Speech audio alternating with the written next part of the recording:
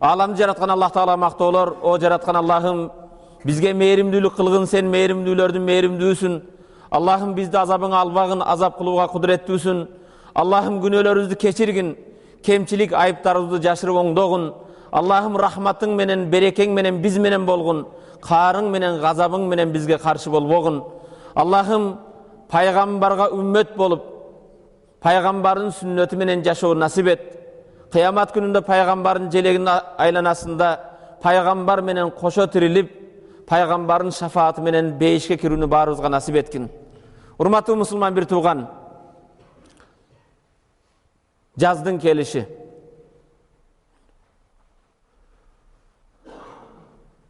Жакшы кыш кетип, жаз келди. Бирок мойнубуздагы мусулмандардын милдети эмне? Эгин тигин эгүү, жерлерибизди жашылдандыруу, мөмөлүү дарактарды эгүү. Ушул милдеттер мойнубуздагы эң негизги милдеттерибиз. Урматтуу мусулман бир тууган, эң негизги көчөт отургузуудун мааниси келечек муун балдарыбызга, кыздарыбызга, небере чеберелерибиздин жүрөктөрүнө иман көчөтүн орнотуу. Иман көчөтүн отургузуу. Чынчылдык, мекенди сүйүү, ихлас деген нерсени орнотуу. Буну пайгамбарыбыз саллаллаху алейхи ва саллам өзүнүн сүннөтүндө, өзүнүн хадистеринде мекенди сүйүү кандай экенин пайгамбар хадисинде үйрөтөт. Пайгамбар туулуп өскөн жери Меккеден куулуп чыгып бара жаткан кезде Меккеге карап туруп пайгамбар ушундай дейт: "Валлахи иннака ла хаббул билади илайя." Аллага касам ичем, о Мекке, сен мен үчүн Аллах Таала жараткан шаарлардын эң сүйүктүүсүн. Ма атьябак, кандай Аллах сени жыпар жыттуу кылган. Ва ма аъзамак, кандай сени улуу кылган. Валаула ан каумик ахражуни ма харажту. Эгер коомуң мени Меккеден чыгарбаса мен чыкпайт элем дейт. Мекенди таштап кетүү өтө оор нерсе. Кыргыз бекеринен айтпайт, жыргагандан жылкычы болгон жокмун деп. Бүгүн көптөгөн ошондой Кыргызстанды сүйгөн, Кыргызстанды мекеним деген жаштарыбыз көбү сыртта жүрүшөт. Негизи инсандын табиятында Аллах жараткан кезде эле мекенди, жерди сүйүү ал табияттагы Аллах Таала жүрөккө орноткон нерсе.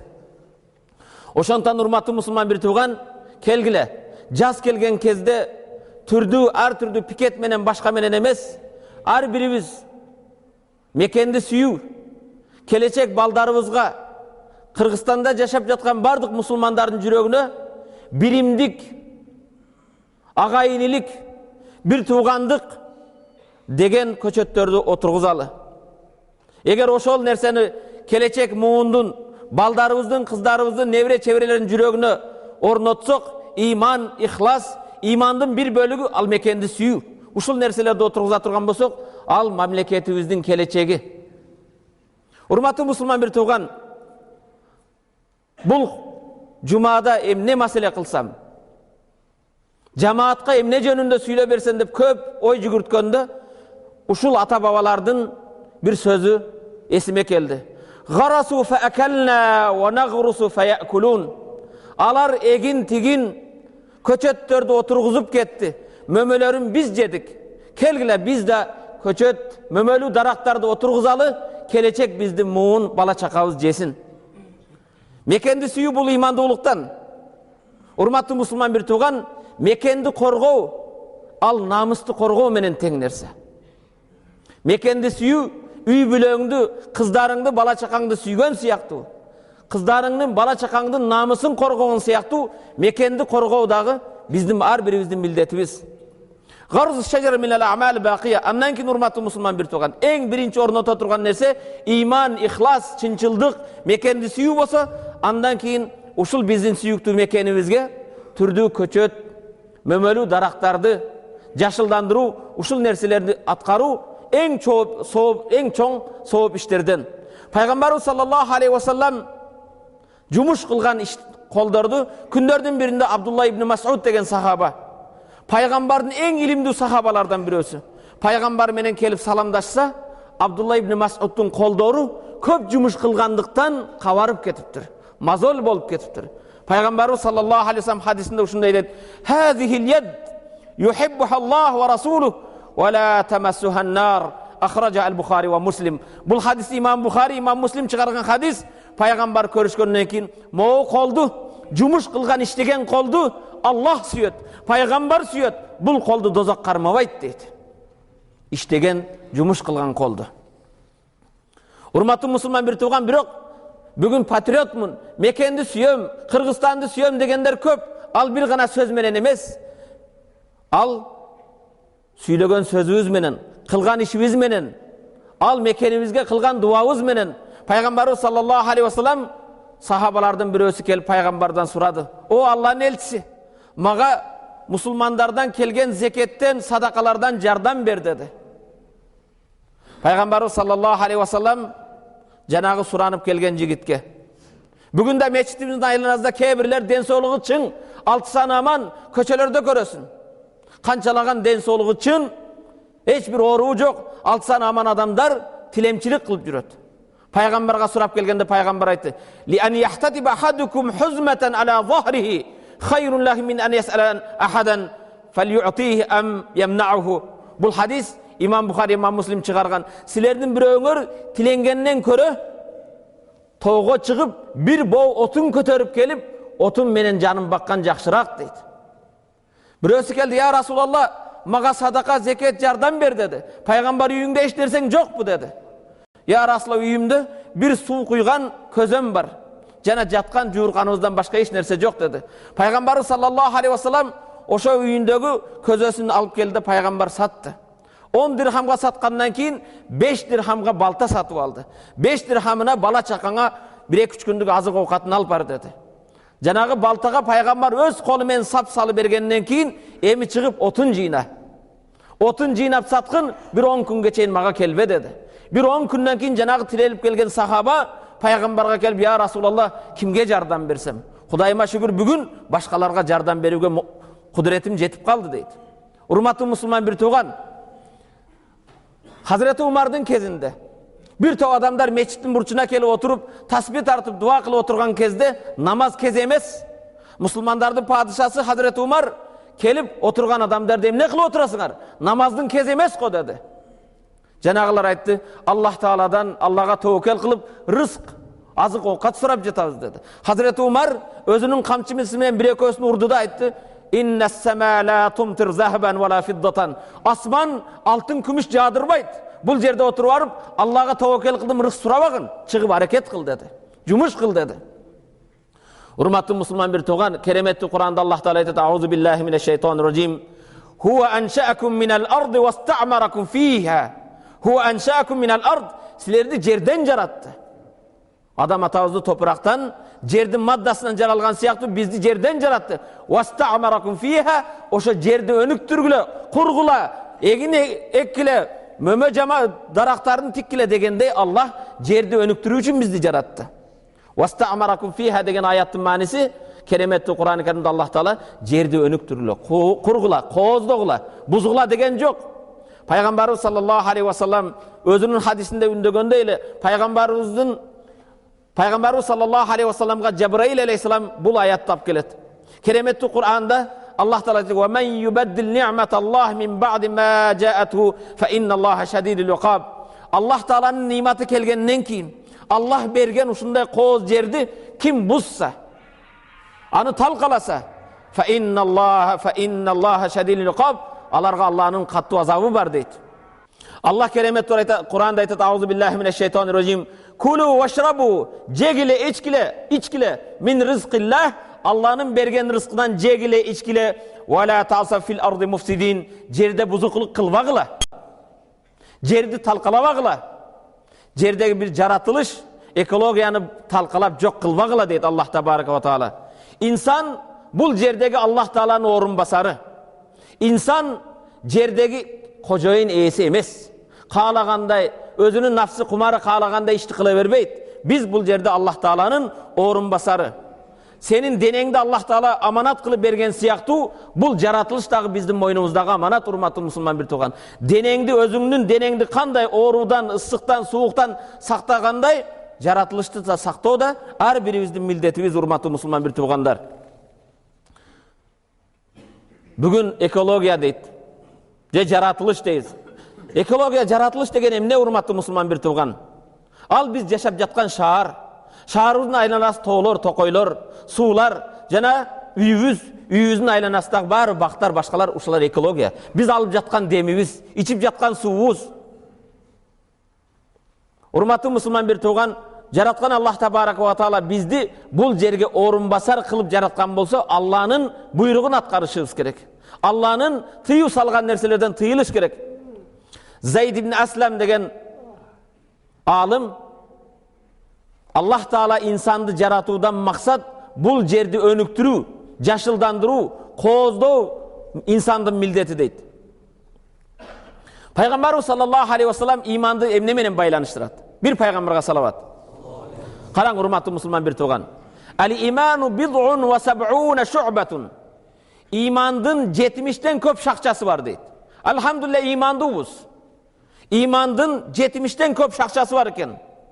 Фафдалуха, ошол эң шакчанын негизги тамыры, анын бутагы ла илаха иллаллах Мухаммадур Расулуллах деп иманга кирүү болсо, ва аднаха, имандын эң төмөн даражасы, эң акыры имататул аза анит тариq, жолдон адамдарга ыза берген нерсени узак алып коюу дейт. Жолду тазалоо. Имататул аза анит тариq, тани бу имататул аза анит тариq, жолду тазалоо деген сөз, адамдарга ыза бере турган, ал ташпы, тикенби, мыкпы, же шишеби, айнекпи, эмне болбосун, адамдарга ыза бере турган таштанды, ошо айлана чөйрөнү тазалагандык имандын эң төмөн даражасы шактардан бирөөсү дейт. Урматтуу мусулман бир тууган, имататул аза тусави ажру садака. Ар бирибиз садака кылгыбыз келет, кайрымдуулук кылгыбыз келет. Бирок бүгүн баарың деле акчаң жок. Бирок садака кылуу менен тең соопко жеткиңер келсе, бул пайгамбардын хадисин уккыла. Пайгамбар саллаллаху алейхи ва саллям хадисинде айтат, ани наби саллаллаху алейхи ва саллям, пайгамбар айтат, юмитул аза анит тариq садака. Жолдон адамдарга ыза берген нерсени четке алып коюу, бул садака дейт. Садака берген сыяктуу, жолдон бир нерсени четке алып койсоңуз, бара жаткан жерде бир шишени алып койдуңуз, же тикенди четке алып койдуңуз, же бирөөдүн таштандысыны керектүү жерге таштап койдуңуз. Бул садака кылган менен тең экен. Балки, урматтуу мусулман бир тууган, жолду тазалап коюу бейишке кирүүгө бир себеп экен. Пайгамбар саллаллаху алейхи ва саллям ушул хадисинде айтат, байнама ражулун ямши бит тариq. Күндөрдүн биринде бир киши жолдо баратты. Важада гусна шаукин.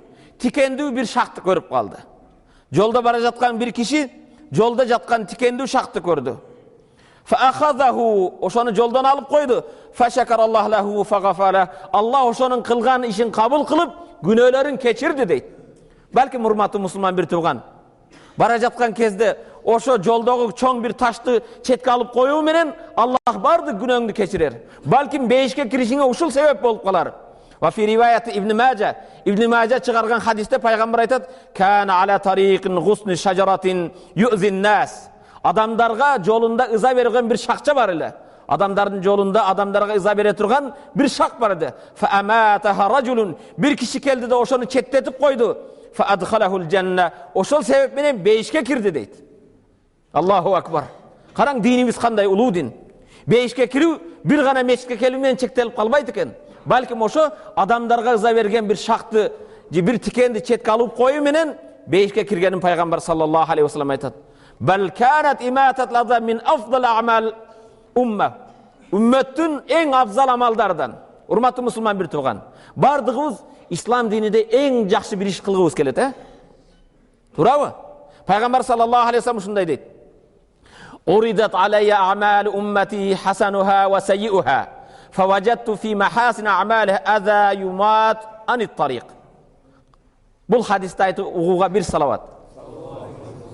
Пайгамбар айтат, Аллах Таала мага үммөтүмдүн сооп иштерин, эң жакшы сооп иштер менен эң жаман күнөө иштерин мага көрсөттү дейт. Пайгамбарга Аллах Таала çoң сооп иштери менен çoң күнөө иштерди пайгамбарга Аллах көрсөттү дейт. Ошо көрсөткөндө фаважатту фи махасин амалия, үммөтүмдүн эң сооп иштеринин катарында жолдон ыза бере турган нерсени алып койгондор бар экен дейт. Жолдон адамдарга ыза берген нерсени четтетип коюу Аллах сүйгөн пайгамбарга көрсөтүлгөн эң чоң сооп иштерден экен. Урматтуу мусулман бир тууган, могу хадисти укканда өтө таң каласыз. Wa na'jibu hina nasma as-sahabi jalil Aba Barza yas'alu an-nabiy fa ya nabiyallah. Aba Barza деген сахаба келип пайгамбарга айтат: "О пайгамбар, ya nabiyallah, о Аллахтын элчиси, алlimni shay'an antafi'u bihi." Мага бир нерсени үйрөтүң, ошону менен чоң сооп пайда кылайын. О пайгамбар, бул жигиттин ордуна өзүңөрдү койгула. Пайгамбардан келип сурап атат: "Я Расулаллах, мага бир сооп иш үйрөтүң, ошону менен кыяматка чейин сооп алайын." Фаиза би жавабин наби, пайгамбар ушундай жооп берип атат: "И'зилил аза анит тариқил муслимин." Мусулмандардын жолун тазала. Ошол эң кыяматка чейин бара турган сооптор деди. Урматтуу мусулман бир тууган, эми дагы бир таң калыштуу, анын тескериси. Пайгамбарыбыз саллаллаху алейхи вассалам хадисинде айтат: "Мен аза муслимина фи тариқихим ваджабат алейхи лa'натухум." Ким мусулмандардын жолунда ыза берсе, жолун бузса, тикен таштаса, мусулмандардын жолунда таштарды таштаса, же нажасат таштаса, же ошол жерге отуруп койсо, ал адам ошол адамдардын наалатына дуучар болду дейт. Урматтуу мусулман бир тууган, мусулмандардын жолуну бузуп коюу, ошо жолуна бир таштанды таштап коюу, бирөө жийилкене турган нерселерди чыгарып таштап коюу, ошол инсандардын наалатына калган адам экен ал. Уйкуңуздар келип калды. Молдоке кандай темага кирип кетти? Арада бир тамаша.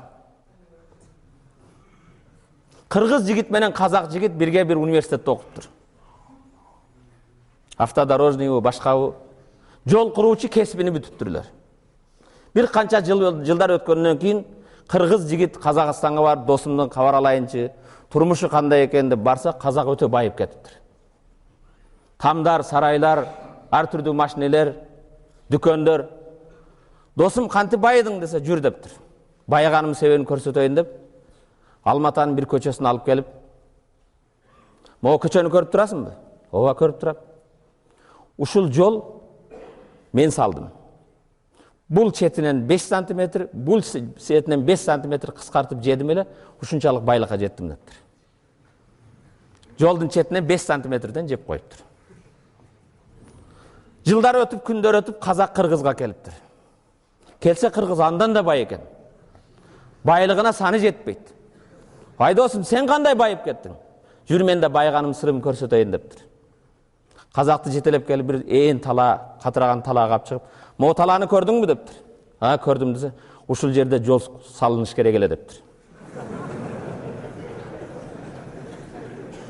Ал баарын жеп коюптур.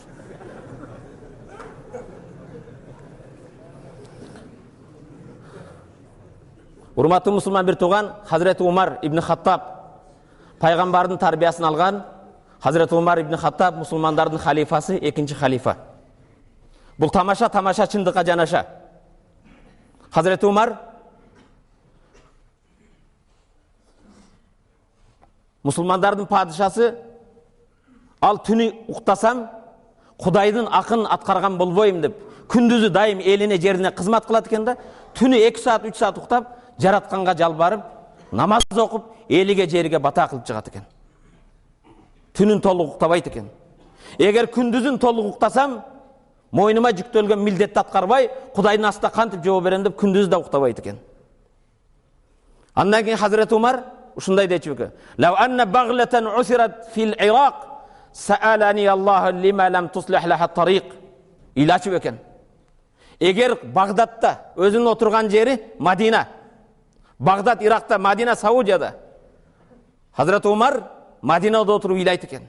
Эгер Багдадта бир качыр мүдүрүлүп кетсе жолдо, Аллах Таала кыяматта менден сурайт: "Эй Умар, эмне үчүн качырдын, жолун оңдоп койгон жоксуң" деп, эмне деп жооп берем дейт экен. Адилеттүү падыша бир качырдын мүдүрүлүп жыгылышына ойлонот. Ошолордун жолун оңдочу экен. Урматтуу мусулман бир тууган, ал эми бизчи. Келиңиздер. Бул сахаба аялдын аңгемесине кыска токтолойлу. Бул ислам тарыхында бул сахаба аял көп деле белгилүү эмес. Көп адамдар билбейт. Сахаба аял болгону мечитти келип тазалачу экен. Мечиттин айланасын шыпырат экен. Күндөрдүн биринде пайгамбарыбыз саллаллаху алейхи ва саллам ал сахаба аялды жоготуп койду. Сахабалардан сурады. Мечиттин айланасын шыпырып тазалап жүргөн аял көрүнбөй калды. Кайда деди. Сахабалар эми бул жөнөкөй аял, бейбечер аял деп пайгамбарга кабар берген жок эле. Сахабалар: "Я Расулла, өткөн палан күнү каза болду. Каза болгондо биз жаназасын окуп апарып көмүп койдук" деди. Пайгамбарыбыз саллаллаху алейхи ва саллам: "Афала кунтум азантумуни?" Мага эмне үчүн айткан жоксуңар деди. Эмне үчүн мага кабар берген жоксуңар деди. Сахабалар эми бул бир көчө шыпырган, мечиттин айланасын тазалаган аял деп айтпай койду эле. Пайгамбарыбыз саллаллаху алейхи ва саллам: "Дуллини ала кабриха." Ал аялдын мүрзөсүн көрсөткүлө, кайсы жерге койдуңар. Фадаллуху, сахабалар пайгамбарга келип көрсөттү. Фасалла алейха, пайгамбар мүрзөсүнө келип жаназа окуду. Бир риваятта пайгамбар саллаллаху алейхи ва саллам бейиште жыргап жүргөнүн көрдүм деди. Жасаган иши эмне эле? Мечиттин айланасын тазалаган, мечит тазалаган аял. Бул аял тарыхта кыяматка чейин ат аталып калганын себеби мечиттин айланасын тазалагандыгы, урматтуу мусулман бир тууган. Пайгамбарыбыз саллаллаху алейхи ва саллам: "Иттакул лаанайн", эки наалаттан сактангылга. Эки жерде наалатка каласыңар. Эки наалатка кала турган жерден сактангыла дейт. Калу ва ман лаанан я Расулаллах. Сахабалар сурады: "О пайгамбар, эки наалатка калган жер кайсы жер?" Ал ким эки наалатка дуучар болуучу деди. Кала аллази ятахалла фи тариqin нас. Адамдардын жолуна дарат сындыргандар. Адамдардын жолуна дарат сындыруучулар. Ау фи зиллихим, же адамдар эс ала турган көлөкө бактарга барып тара сындырган адамдар, ал эки жерде наалатка калат. Ошонун сактангыла деди. Элдер эс ала турган жерге, адамдардын жолуна, урматтуу мусулман бир тууган, дара сындыра турган ал жерлер бар. Туш келген жерге эле айванга окшоп, дарактардын астына барып итке окшоп эме кыла бербеш керек. Биз адамбыз, инсанбыз. فإذا كان المكان أشد خصوصية كالمسجد. على ميشت بولسوچu. كان الاهتمام به أكبر. Мешітке өте терең көңіл буруш керек. Пайғамбарыбыз саллаллаху алейхи ва саллам: "Ал-бузақ фил масjid хатиатун." Мешітте түкірген ең чоң қата күнөө. Анын кафараты фа кафарат дафнуха. Ошо түкүрүктү көрүп койсоң да, ошону көмүп салуу, топурак менен көмүп четтетип коюу, ошо күнөөңдү жое турган нерсе дейт. Насыбайыңды чегип алып ар жерге түкүрбөш керек. Кыйратканы сыяктуу. Мен түкүргөн нерсени эч бир чымчыкта чыча албайт деп анан. Эч бир чымчыктын богуна да окшобойт. Керек эмес. Урматтуу мусулман бир тууган, сактаныш керек. Эч бир пайдасы жок. Бир молдекеден бирөө сураптыр. Молдеке насыбайды дааратканага, туалетке түкүрсө болобу деп. Болот, бирок ошол дара сындырган жерди булгап коесун дептир. Пайгамбарыбыз саллаллаху алейхи ва саллам айтат: "Тахиру афниятакум." Үйүңөрдүн айланасын, короңорду тазалагыла. Фа иннал яхуд ла тутахиру афниятаха. Илгери яхудилер короолорун тазалабайт экен. Короону тазалап, шыпырып тазалагандык бул мусулманчылыктын аламаты экен. Мусулманчылыктын белгиси экен. Үй короону, айлана чөйрөнү тазалап шыпыргандык ал мусулманчылык. Өзүңөр яхудилерге окшотпогула дейт. Яхудилер үйдү тазалаган кезде бир жерге мусурду үйүп коет экен, таштандыны. Ошентпөгүлө дейт. Амарана Расул саллаллаху алейхи ва саллам ан наттахиз ал-масajid фи диярина. Бир гана мечиттерде эмес, үйдө да нафил намаздар окулуп, үйдө да азандар айтылып туруш керек. Жумага келип коюлуп кыйраттым дебе. Үйгө дагы дайым үйүңдө азан айтылып, намаз окулуп, эгер мечитте окулуп келген болсоң, үйүңдө ашыкча нафил намаздарды окуп туруш керек. Үйдө Куран окулса, намаз окулса, ал үйдө жиндер болбойт, шайтан болбойт. Урматтуу мусулман бир тууган, негизги темабызга келдик.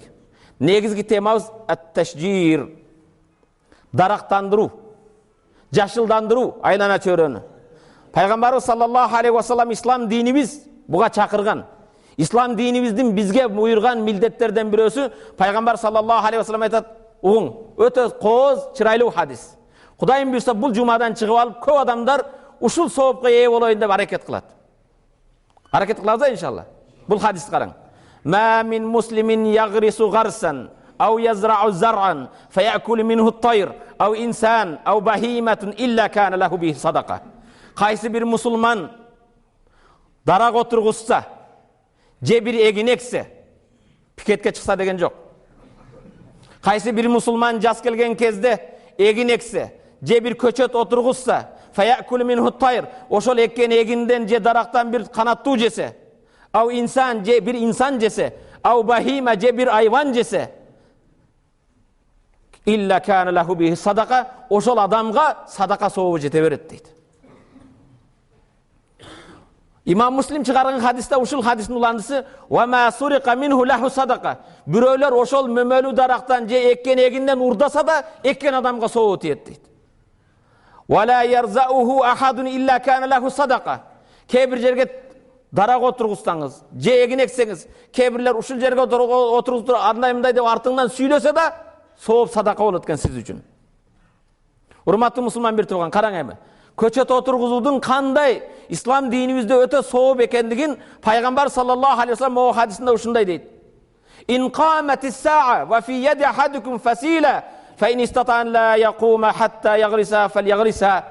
Эгер кыямат болуп калса, күн батыштан чыгып кыямат болуп калса да силердин бирөөңөрдүн колуңарда көчөт болсо, ошону жерге отургузбастан жайыңардан турбагыла дейт.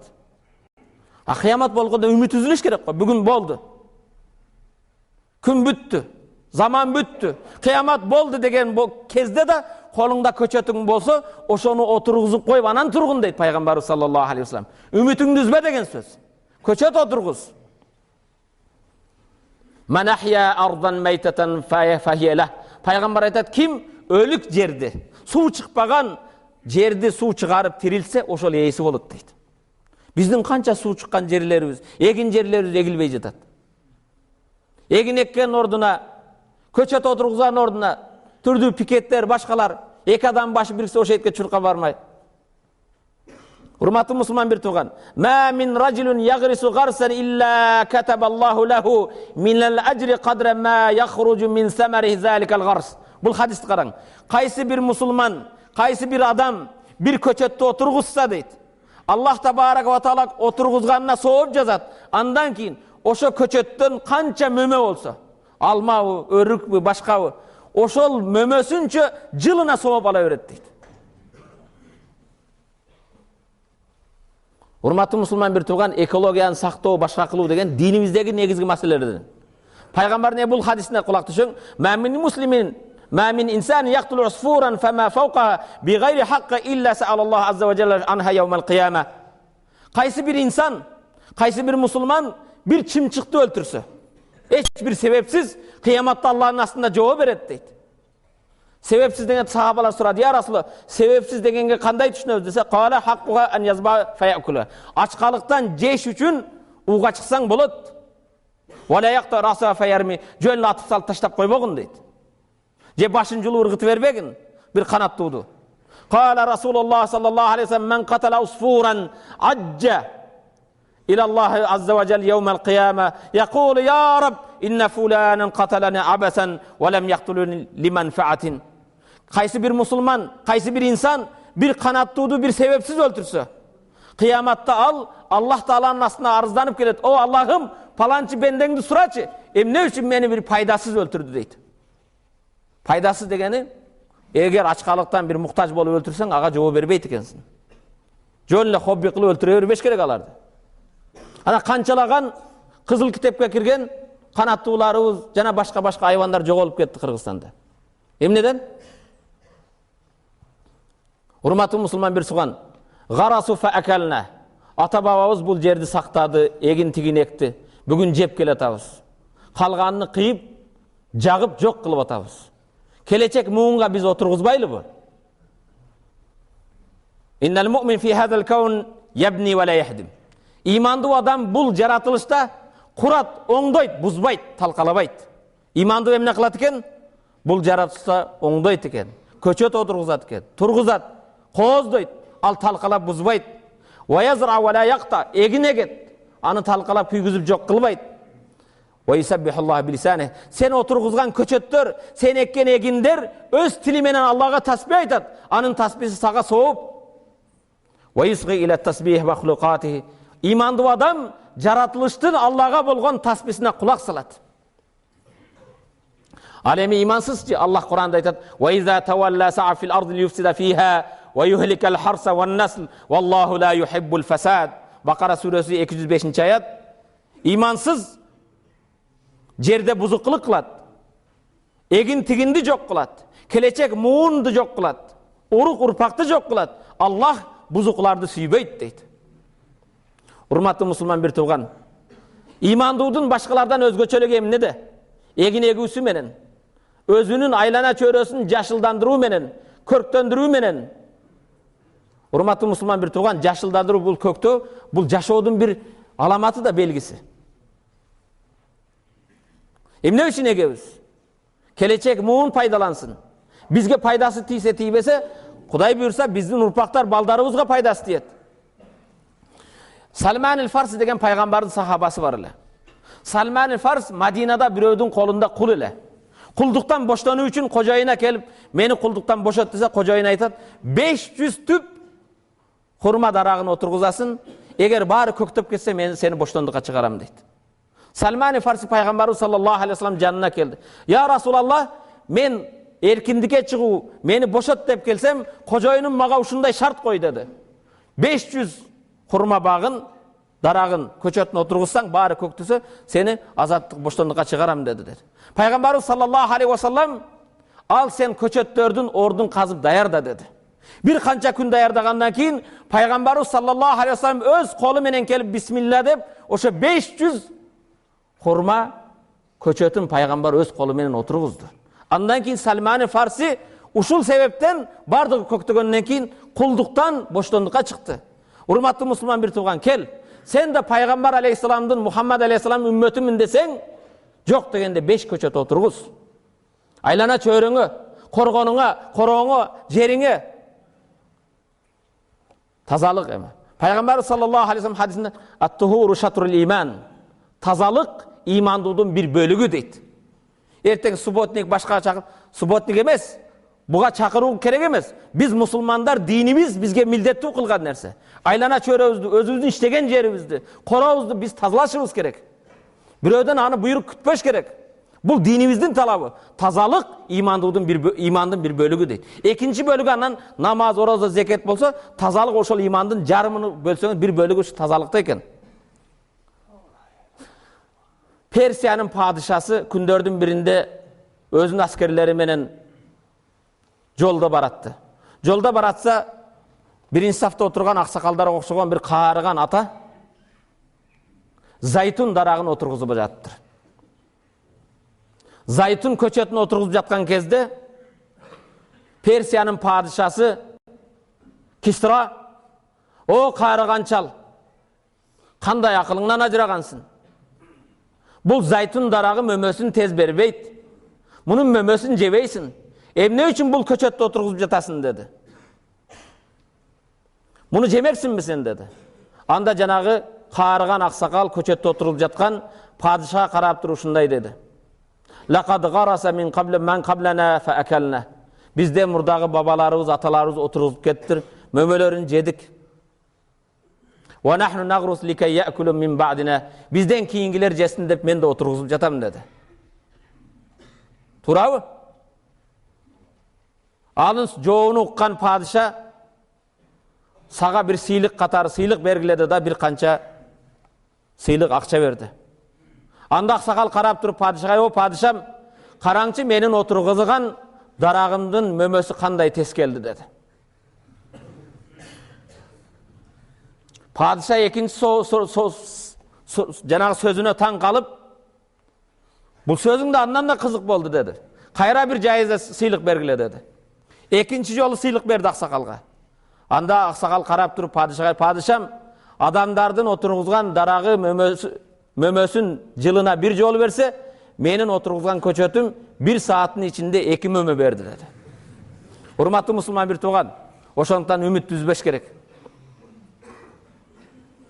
Имандуу жаратылышта ушундай. Дайым отургузабыз, жашылдандырабыз, кооздойбуз, күлегебиз, башка кылабыз. Аны бузуп талкалабайбыз. Аллах кереметтүү Кур'анда айтат: "Ва ла туфсиду фил ард бa'da islahiha zalikum khayrul lakum in kuntum mu'minin." Ва ла туфсиду фил арди бa'da islahiha. Аллах кооз кылып куруп койгон жерди бузбагыла, талкалабагыла. Заликум хайрул лакум. Ошо жерди бузбай сактаганыңар силер үчүн жакшы. Ин кунтум муъминин, эгер имандуу болсоңор. Эгер имандуу болсоңор, момун болсоңор, кооз жерлерди талкалап бузбагыла.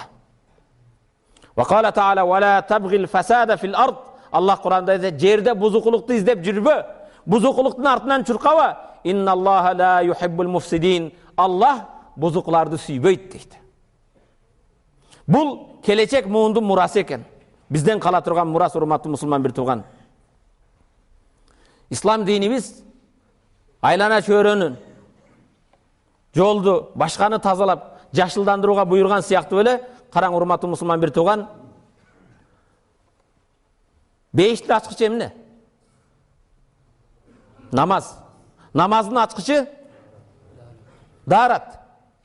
Эми тазалык деген сөз бир гана мамлекеттин, өкмөттүн же башканын милдети эмес экен. Тазалык ар бирибиздин милдетибиз. Ар бирибиз айлана чөйрөнү көңүл бурушубуз керек. Тазалык сырткы көрүнүш эле эмес, ички дүйнөнүн тазалыгы. Иман менен, ислам менен, намаз менен, ороза менен, зекет менен. Пайгамбарыбыз саллаллаху алейхи ва саллам өзүнүн хадисинде ат-тухру шатрул иман, тазалык имандын бир бөлүгү деген сыяктуу, мына жумага келебиз жамаат. Жумага келген кезде пайгамбар айтат: "Гуслул жум'a ваджибун ала кулли мухталим." Ар бир балагатка жеткен адам жума күнү гусул кылуусу важип дейт. Ар балагатка жеткен адам жума күнү гусул деген толук жуунуп келүүсү важип экен. Эмне үчүн? Жума жамаат деген сөздөн. Жамаатка келген кезде эң жакшы жипар жыттанып кел, тазалык менен кел. Башкаларга ыза бербе, тер менен башка менен деген сөз. Хаккун аля кулли муслимин фи кулли сабат айям ягсила фихи расаху ва жасада. Пайгамбар башка бир хадисинде айтат: "Ар 7 күндө бир жолу мусулманмын деген башын жуусун, денесин толук жууп турсун" дейт. Ар 7 күндө, эң азында. Ошондой эле пайгамбарыбыз саллаллаху алейхи ва саллам ооздун, тиштин тазалыгына көңүл бурган. Фараггаба фиссивак, мисвак кылууду буйрат. Пайгамбар айтат: "Тасавваку, мисвак кылгыла." Бүгүн мисвак ошо шотка менен тишиңерди жуугула. Фа инна сивака мутаххаратун лил фам. Ал мисвак оозуңду тазалайт. Ва мардатун лир рабб. Аллах сенден разы болот дейт. Аллахны разы кыла турган ишне, караң, сенин тишиң жуулса, Аллах разы болот экен. Ва ма жаани Джабраил илля усани бис-сивак хатта лaqad khashitu an yafruda alayya wa ala ummati. Джабраил дайыма келген кезде дейт пайгамбар айтат: "Мага мисвак кыл, мисвак кыл, мисвакты мага буйра берди, осият кылды. Коркуп калдым" дейт. "Мага жана үммөтүмө мисвак кылуу фарз болуп калар экен" деп дейт. Джабраил алейхиссалам пайгамбарга дайыма келген кезде мисвак колдон, мисвак менен тишти тазала деп буйрчу экен. Пайгамбар айтат: "Дайыма көп айткандыгыдан мага жана үммөтүмө мисвак кылуу фарз болуп калабы деп корктум" дейт. Урматтуу мусулман бир тууган, күнүнө бир жолу эмес, бир канча 5 вакыт намаз. Пайгамбар эгер үммөтүмө кыйынчылык болбогондо ар намазда тишин жууну буйрат элем дейт. Мисвак колдонууду. Пайгамбарыбыз саллаллаху алейхи ва саллам ла яркат минал лейл ау нахар. Кече күндүз жатса да уйкудан туруш менен пайгамбар дайым мисвак кылчу экен. Уйкуда күндүз уйкудан турабы, кечеси уйкудан турабы, пайгамбардын эң негизги жасаган иши эмне кылчу экен? Мисвак менен тишин тазалачу экен. Кана иза кама минал лейл яшусу фаху бис-сивак. Түндө да турса пайгамбар тишин тазалайт эле дейт. Ва амара бин насафат шар. Ошондой эле чачты тазалаганды пайгамбар буйрду. Пайгамбар хадисинде айтат: "Ман кана лаху ша'рун фальюкримху." Кимдин чачы болсо, чачын сыйласын дейт. Чачыңды кантип сыйлайсың? Жууп, тазалап. Кама амарана би изалат шар-либ вал ана ва тaqlim ал-азфар. Ошондой эле ислам динибиз пайгамбарыбыз саллаллаху алейхи ва саллам al-fitratu khamsun au khamsu min al-fitra. 5 nerse tabiattan deydi. Dindi bilbese de insandın tabiatı talap kılan 5 nerse var deydi. Al qaysı? Al-khitan. Sünnetke oturguzu.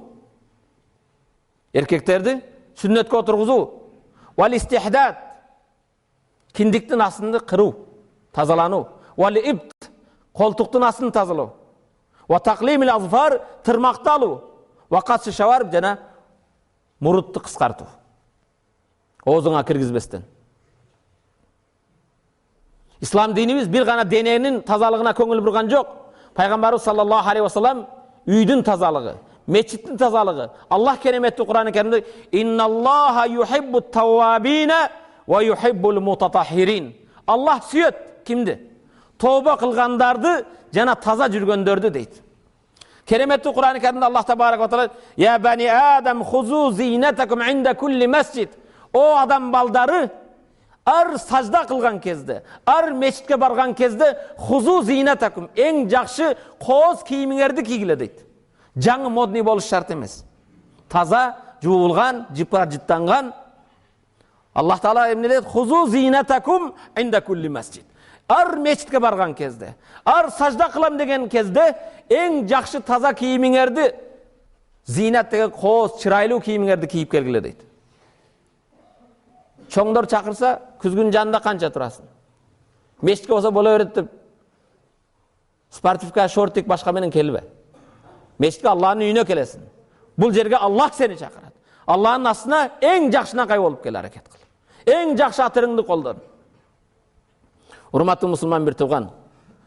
Пайгамбарыбыз саллаллаху алейхи ва саллям сырткы дүйнөнүн таза болуусу да эле инсандын эң негизги ички дүйнөнүн тазалыгына Пайгамбар өз хадисинде айтат.